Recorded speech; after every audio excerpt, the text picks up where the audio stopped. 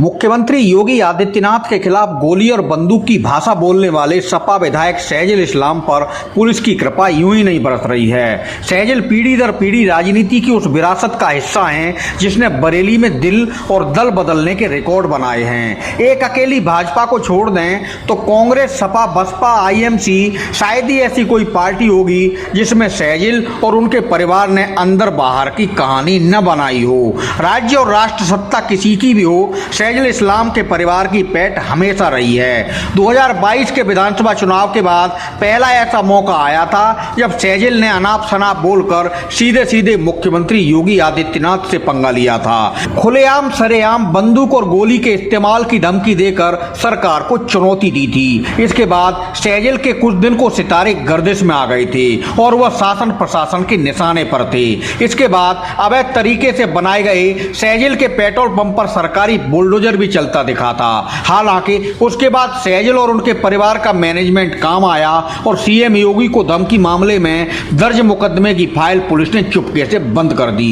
बरेली में कप्तान आते जाते रहे और पुलिस शहजुल पर कृपा बरसाती रही। सोशल मीडिया पर गोली बंदूक की भाषा वाला वीडियो वायरल होने के बाद भी जांच अधिकारी ने मुकदमे में सबूत नहीं मिलने की बात कहकर चुपके से फाइनल रिपोर्ट लगा दी। सवाल ये उठता है कि सपा के बड़बोले विधायक शहजुल इस्लाम को कार्रवाई से बचाने में क्या सिर्फ जांच अधिकारी की भूमिका रही होगी? क्या ये बात किसी के गले से उतर सकती है कि सामने सबूत होने के बाद भी शहजुल को अवैधान देने का फैसला जांच अधिकारी दरोगा ने अकेले ले लिया होगा? प्रैक्टिकली ऐसा होता नहीं है। पुलिस में छोटे छोटे मामलों की इन्वेस्टिगेशन की मॉनिटरिंग के लिए दरोगा के ऊपर थाना प्रभारी, सीओ, एसपी और एसएसपी की पूरी चेन काम करती है और मुकदमा जब किसी विधायक के खिलाफ हो तो मॉनिटरिंग की प्रक्रिया और भी महीन तरीके से पूरी की जाती है। शहजुल केस में जिस तरह से मुकदमे की फाइल बंद करने का खेल हुआ, उसे लेकर अंदर की कहानी कुछ और प्रतीत हो रही है। शहजुल इस्लाम ने जिस कार्यक्रम में सीएम योगी के खिलाफ धमकी भरी बातें कही थी, उसका आयोजन उस वक्त के सपा उपाध्यक्ष संजीव सक्सेना ने कराया था। जिले भर के समाजवादी नेता उस कार्यक्रम में मौजूद थे।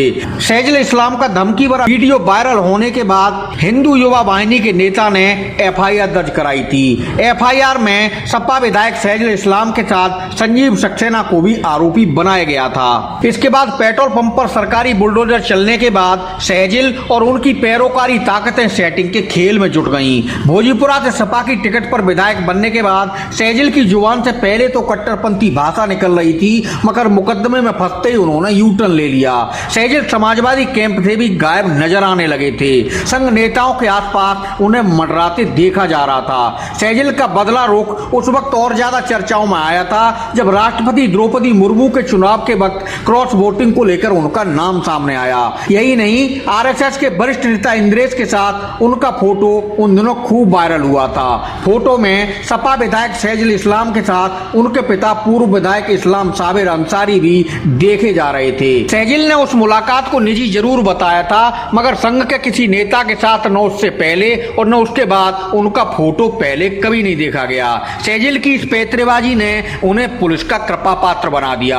अफसर आंख मूंदे रहे और विवेचना करने वाले इंस्पेक्टर भरत वर्मा फरवरी 2023 में ट्रेनिंग के लिए पीटीसी सीतापुर जाने से पहले ही शहजुल केस में एफआईआर लगा गए। अपने खेल को प्रमाणित करने के लिए वो तर्क भी दे गए कि रिपोर्ट लिखाने वाला वादी सामने नहीं आया और शहजुल पर लगे आरोपों की पुष्टि को साक्ष्य नहीं मिले। हालांकि विधायक शहजुल के खिलाफ रिपोर्ट लिखाने वाले हिंदू युवा वाहिनी के नेता अनुज वर्मा ने 2 दिन पहले बरेली रेंज के आईजी डॉक्टर राकेश सिंह से मिलकर शिकायत की है कि विवेचक ने उनके बयान ही दर्ज नहीं किए। अब चर्चा कुछ ऐसी हो रही है कि शहजुल ने केसरिया प्रभाव दिखाकर पुलिस की कलम को अपने पक्ष में मोड़ लिया। शहजुल के खिलाफ केस की फाइल बंद करने की जानकारी कई महीने बाद सामने आई है तो सियासी तौर पर हंगामा खड़ा हो गया है। अफसर मामले की री इन्वेस्टिगेशन कराने की बात कह रहे हैं, मगर इस प्रक्रिया में अब पुलिस को कोर्ट के रास्ते से भी गुजरना होगा। सीएम योगी के खिलाफ गोली और बंदूक की भाषा बोलकर शहजुल पहली बार विवादों में नहीं फंसे थे।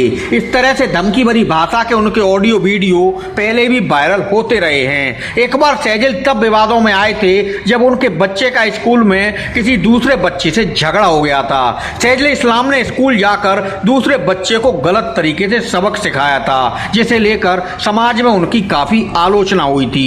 दरअसल शहजुल के स्वभाव और उनकी राजनीति के अंदाज समाज को लेकर कहा जाता है कि वह बोलते समय भाषा और मर्यादा का बैरियर अक्सर तोड़ देते हैं। एक और जहां उनके पिता पूर्व विधायक इस्लाम साबिर की गिनती बरेली के दूरदर्शी नेताओं में होती है, वहीं सैजिल इस मामले में पिता के आसपास बिल्कुल नजर नहीं आते। 2002 में सैजिल विधायक तब बने थे जब बरेली कैंट सीट से सपा उम्मीदवार उनके पिता इस्लाम साबिर का पर्चा खारिज हो गया था।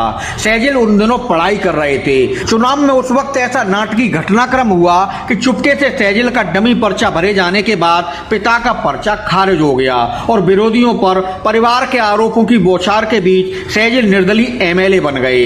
उन्हें सहानुभूति का पूरा लाभ मिला। वह पहली बार यूपी के सबसे कम उम्र के एमएलए बने थे। 2007 में सैजिल कैंट छोड़कर भोजपुरा से लड़ने जा पहुंचे और बसपा में कूदकर दूसरी बार विधायक बने और साथ में मायावती सरकार में मुस्लिम वक्फ राज्य मंत्री भी।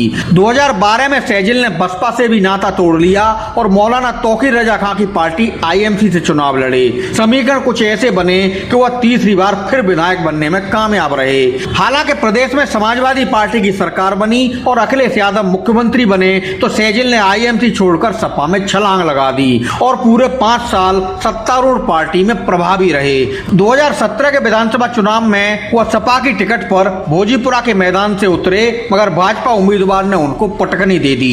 2022 में सैजिल फिर सपा उम्मीदवार के रूप में मैदान में आए। भाजपा के मौजूदा विधायक भंवरलाल मौर्य के खिलाफ क्षेत्र में काफी नाराजगी थी और उस पर भाजपा के ब्लॉक प्रमुख योगेश पटेल बागी होकर बसपा की टिकट पर मैदान में कूद पड़े थे। कुर्मी समाज के नेता योगेश पटेल चुनाव में 26,000 वोट ले उड़े। कुर्मी समाज के योगेश पटेल चुनाव में 26,000 वोट ले उड़े। इसका फायदा सैजिल इस्लाम को मिला और वह भाजपा प्रत्याशी से करीब 9,000 वोटों से जीत दर्ज करने में कामयाब रहे। इसके बाद सैजिल की जुबान ने सीएम योगी के खिलाफ खतरनाक बातें कही तो उन पर मुकदमा दर्ज हुआ था, मगर सियासी तिकड़म से वह फिलहाल कार्रवाई से खुद को बचाने में सफल रहे हैं। सैजिल पर दर्ज मुकदमे में आगे क्या होगा ये आगे पता लगेगा। फिलहाल तो सैजिल की सियासत का सच भाजपा सरकार में भी अवैधान के रूप में सबके सामने है। कांग्रेस, सपा, बसपा, आईएमसी और अब भाजपा राज में भी सैजिल के परिवार के राजनीतिक रसूख व पैंतरेबाजी की कहानी किस्से इतने हैं कि कई किताब लिखी जा सकती हैं।